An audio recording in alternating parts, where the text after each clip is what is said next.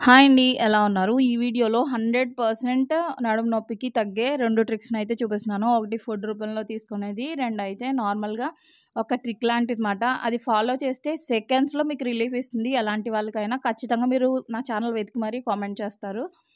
ఈ వీడియో అయితే స్కిప్ చేయకుండా చూడండి. ఫస్ట్ ఏంటంటే బయో ఎంజైమ్ అప్డేట్. బయో ఎంజైమ్‌ని నేను ఆల్రెడీ తయారు చేశాను. మన ఛానల్ చూసే వాళ్ళకి తెలుస్తుంది. ఇక్కడ ఓపెన్ చేస్తున్నాను చూడండి. మనకి గ్యాస్ ఎలా రిలీజ్ అవుతుందో.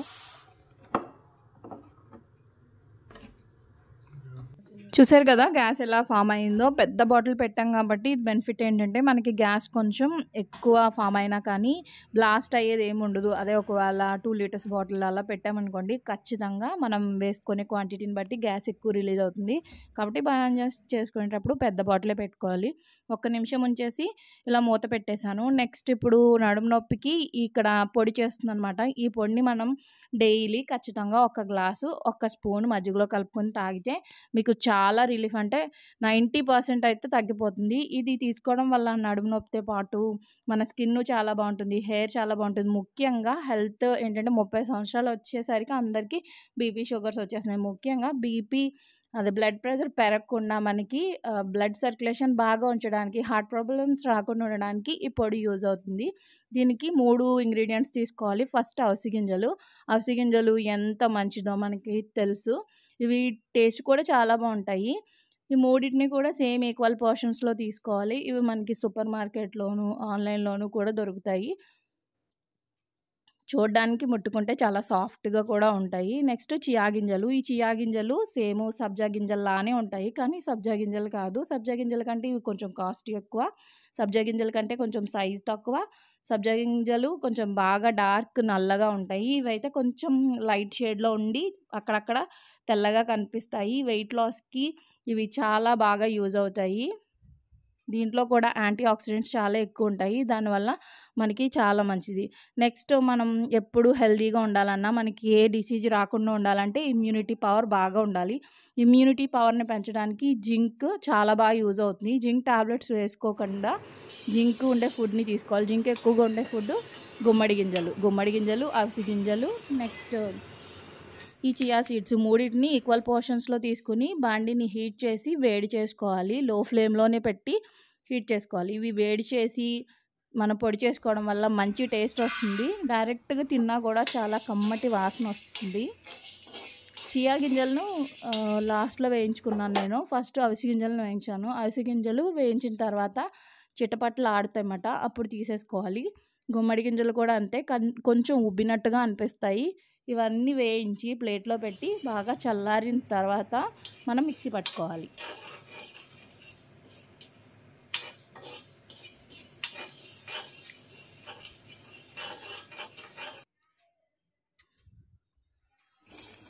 ఇప్పుడు చల్లారిపోయాయి కదా, మిక్సీ జార్లో వేసేసుకుని ఒక్కసారిగా పల్స్ ఇచ్చేసి అలా ఆన్లో ఉంచకూడదు. పల్స్ ఇచ్చి ఆఫ్ చేస్తూ, పల్స్ ఇచ్చి ఆఫ్ చేస్తూ అలా మిక్సీ పట్టుకోవాలన్నమాట. మనకి పొడి అయితే ఇలా తయారవుతుంది.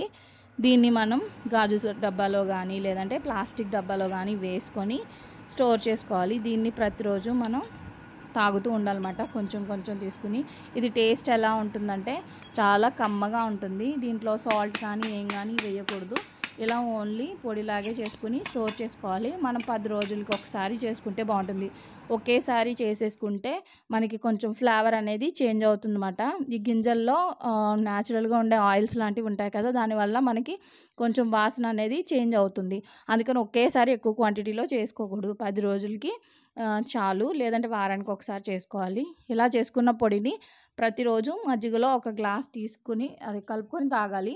మజ్జిగ తీసుకోవడం వల్ల చాలా మంచిది. మనకి పాలు కొంతమందికి ఇష్టం ఉండదు. కాల్షియం ప్రాబ్లం ఎక్కువగా ఆడవాళ్ళలో ఉంటుంది కదా, పిల్లలకు కూడా ఇప్పుడు కాల్షియం డెఫిషియన్సీ వస్తుంది.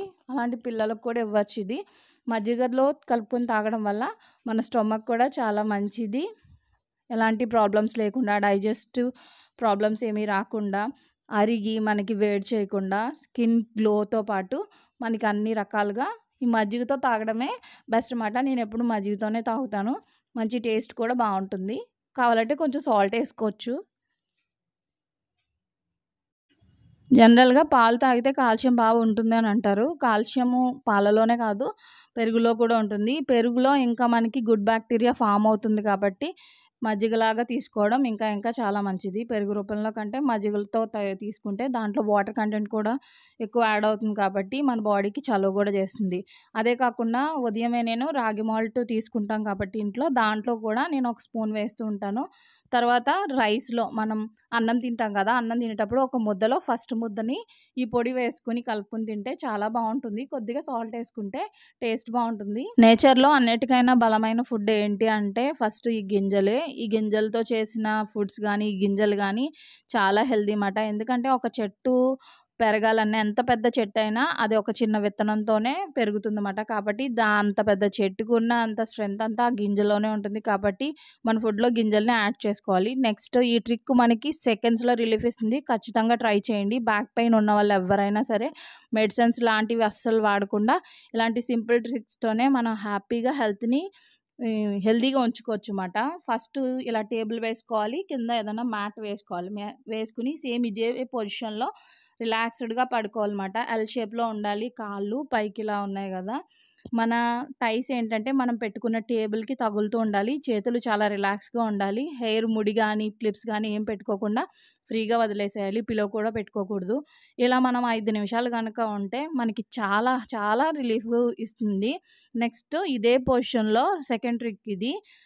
పడుకొని 2 చేతుల్ని ఇలా మనం వేళ్ళని కలుపుకొని ఇలాగ గుప్పిడి బిగించుకోవాలన్నమాట 2 చేతులనిని.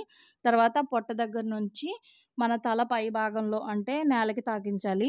ఇలా మనం ఎన్ని సార్లు ఇంచుమించు 10-15 టైమ్స్ అయితే చేసుకుంటే చాలా రిలీఫ్ ఇస్తుంది. ఇలా చేయండి. మీకు అస్సలు నడుము నొప్పి అనేది అసలెప్పుడు రాదు.